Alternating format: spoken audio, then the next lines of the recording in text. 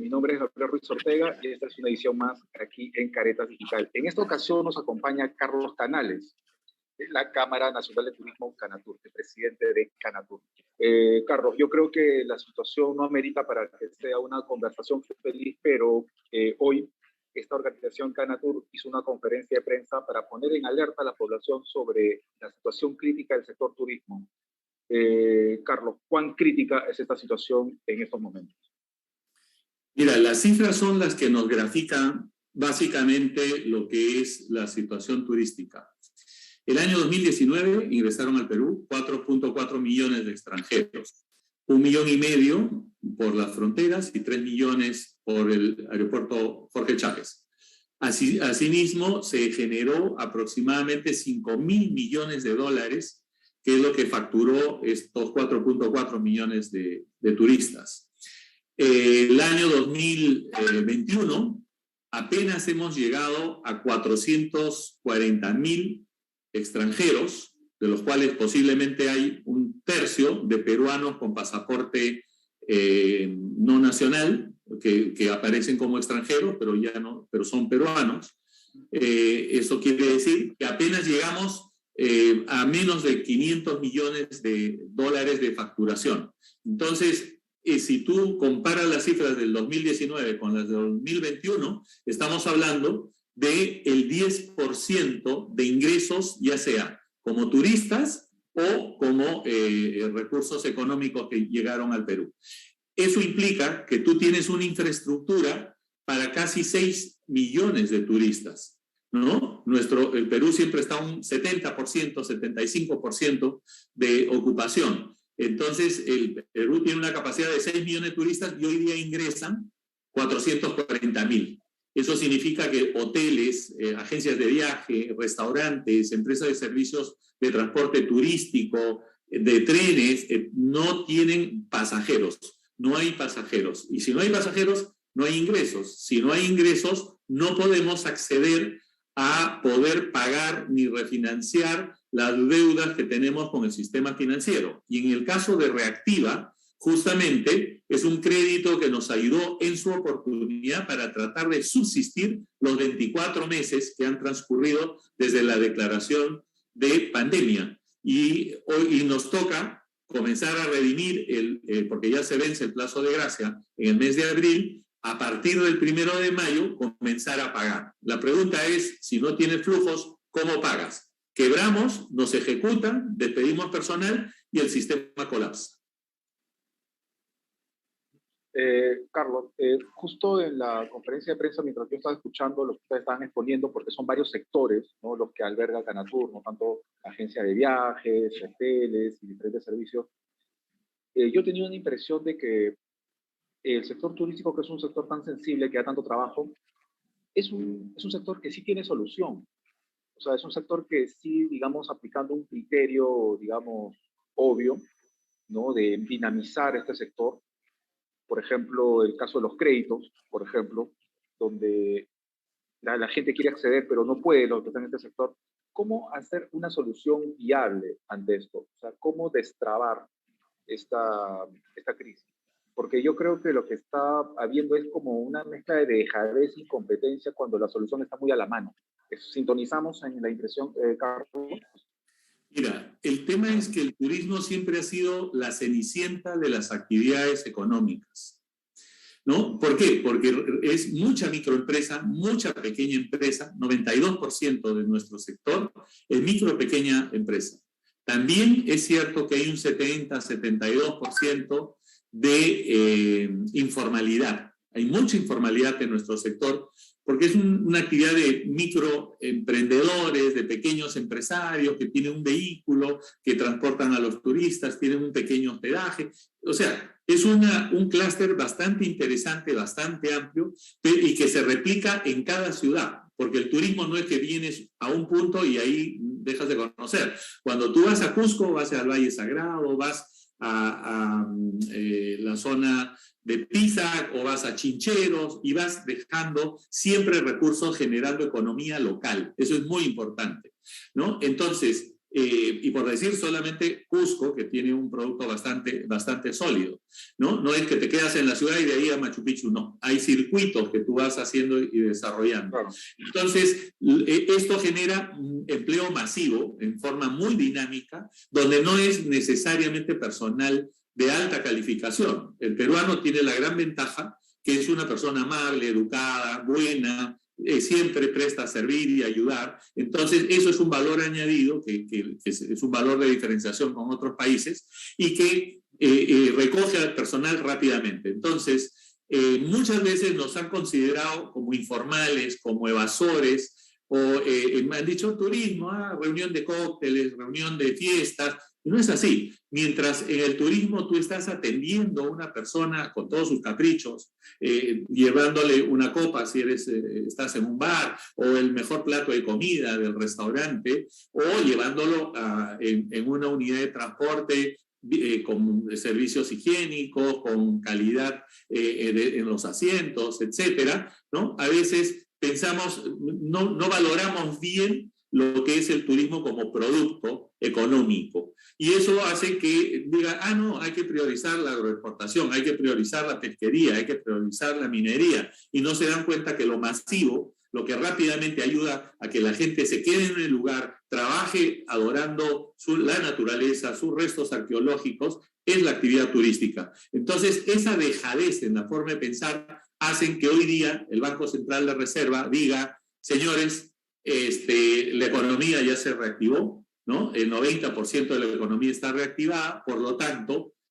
no hay necesidad alguna de reprogramar los créditos para ningún sector porque ya todos están activados. Si yo miro que solamente han llegado el 10% de los turistas con respecto al año 2019, significa que no estoy reactivado, que estoy pasándolas mal, porque tengo una infraestructura para 6 millones y han llegado 440.000 turistas. Entonces, es esa falta de sensibilidad y ser la cenicienta de las actividades económicas sin valorar que en países como México, como República Dominicana, como España, viven generando el 18 o 20% y en algunos países hasta el 38% de su PBI. En el Perú tenemos 4% del PBI, pero formal.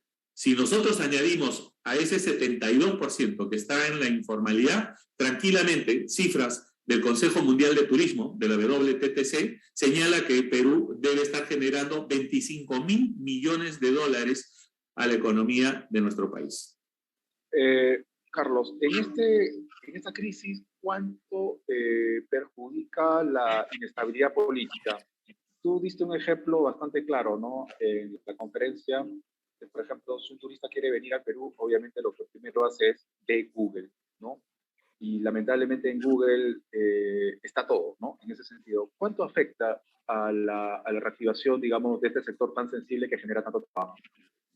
Mira, la inestabilidad política trasciende al turismo siempre y cuando exista la afectación de determinados valores, como es el libre tránsito, ¿no? Que debe tener una persona en un territorio, o como son los conflictos sociales con violencia, ¿no? Nadie va a un destino turístico si saben que hay huelgas, ¿no? De trenes o bloqueo de carreteras, o atentar contra bienes privados o públicos, ¿no? Eso hay que ser un poco masoquista para ir a un lugar, o sea, turismo bélico, turismo de aventura extrema, donde quiera que en tu bus te estén tirando piedras o si te sientas agredido o atacado, o a un destino donde la delincuencia común es pan de cada día. Nosotros en el turismo buscamos el lugar donde vayas a comer rico, donde vayas a disfrutar de un lindo paisaje, de un resto arqueológico maravilloso, donde tengas comunidades vivas, donde te sientas como en casa,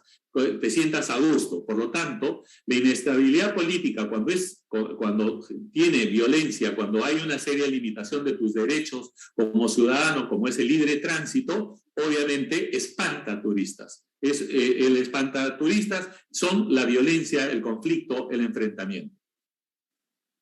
Ahora, también se está haciendo un llamado de parte de Ganatur para que el gobierno declare en estado de emergencia este sector.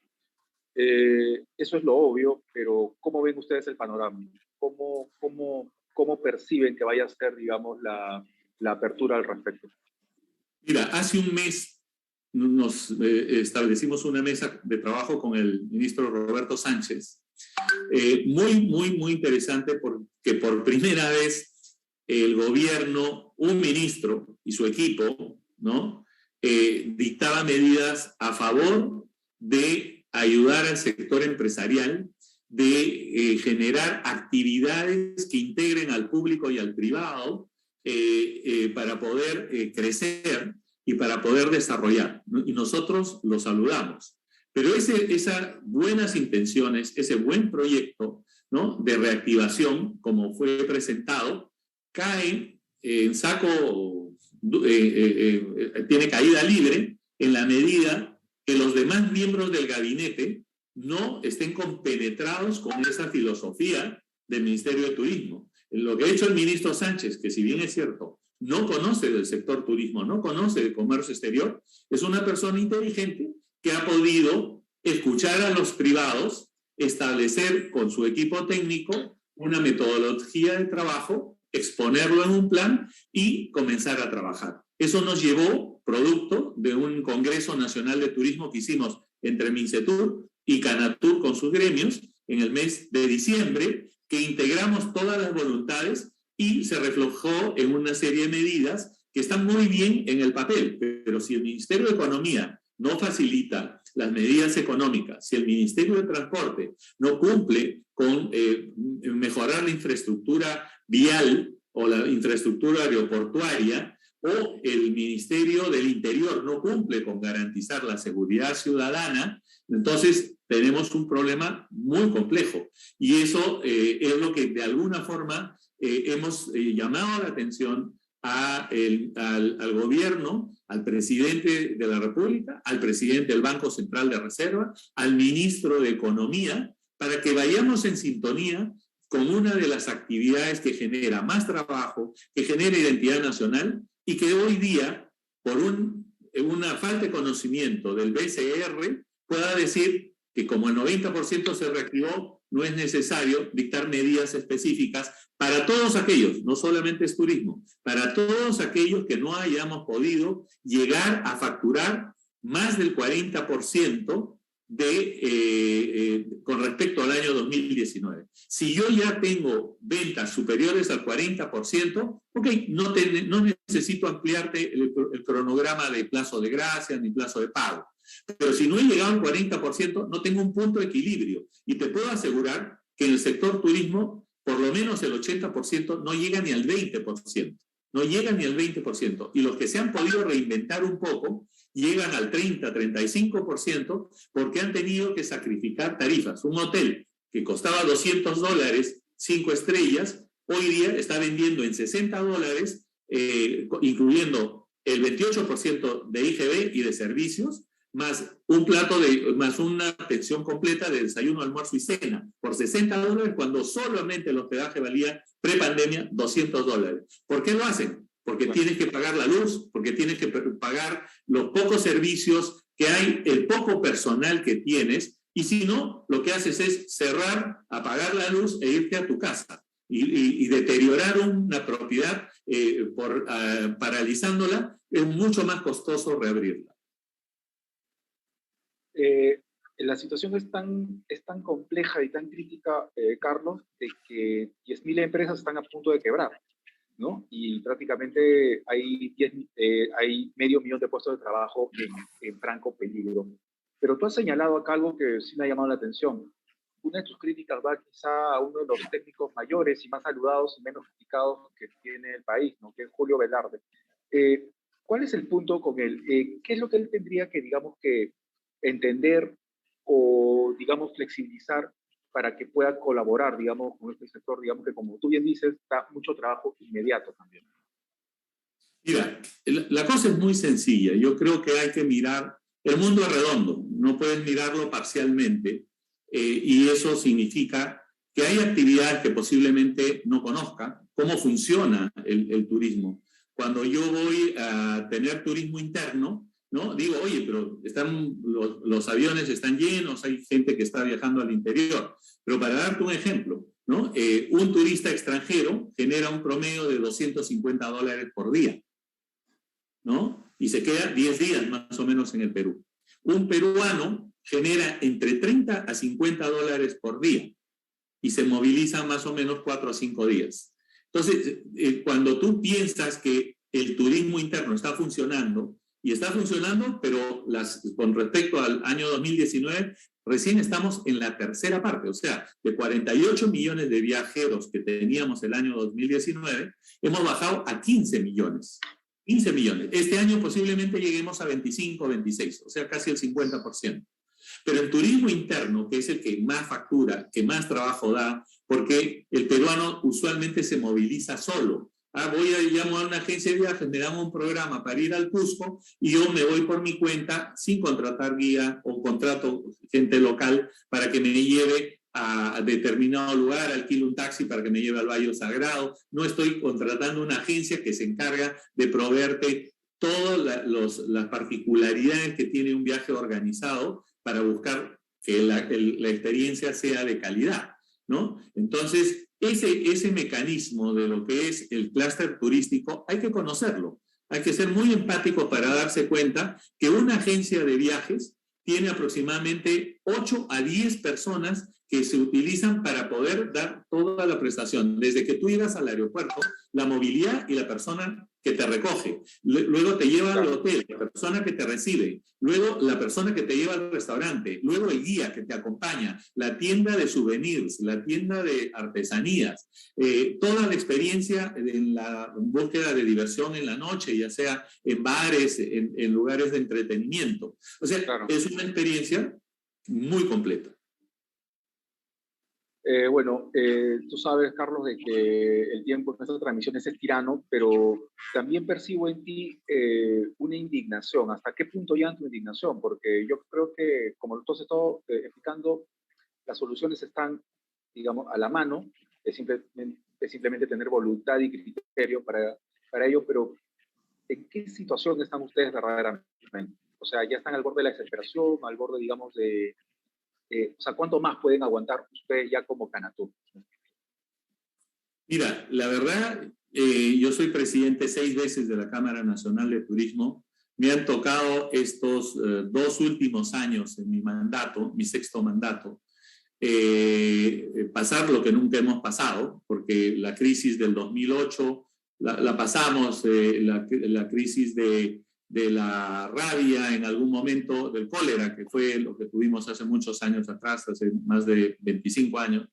Todos lo pasamos, pero esta vez lo que estamos en el siglo XXI, sabemos que el turismo es el primer exportador de servicios en el mundo, que esta es una industria que moviliza 1.500 millones de personas, que factura casi 3 trillones de dólares y que en el Perú representa la base del sustento económico del 92% de las MIPES y pymes. Entonces, no entender la importancia de la actividad turística, soslayarla y decirle, bueno, pues si no son competitivos que cierren, no es así. O sea, este país se engrandece, disfruta, sacamos el cuerpo, nos hinchamos como pavos reales de Machu Picchu, las líneas de Nazca, ganamos el mejor premio de Dubái, nuestro equipo es el mejor del mundo, todo maravilloso. Pero cuando hay que meterse la mano al bolsillo para hacer inversiones y puedas hacerlo, es el privado el que apuesta y genera por ese bienestar. Y eso, de verdad, es mortificación, es falta de empatía a veces de las autoridades. Julio Velarde es un profesional de primera, reconocido banquero internacionalmente. Por lo tanto, su directorio y él tienen que entender, no son personas de poca formación, al contrario, son de elevadísima formación profesional y saben, porque ellos viajan por el mundo, qué es lo que representa el turismo. Y no darse cuenta que en vez de pedir nosotros, ellos deberían haber hecho ese ejercicio. Mira, este sector no está creciendo porque no hay turistas y al turista no le puedes obligar a ir a un país si no van por voluntad propia.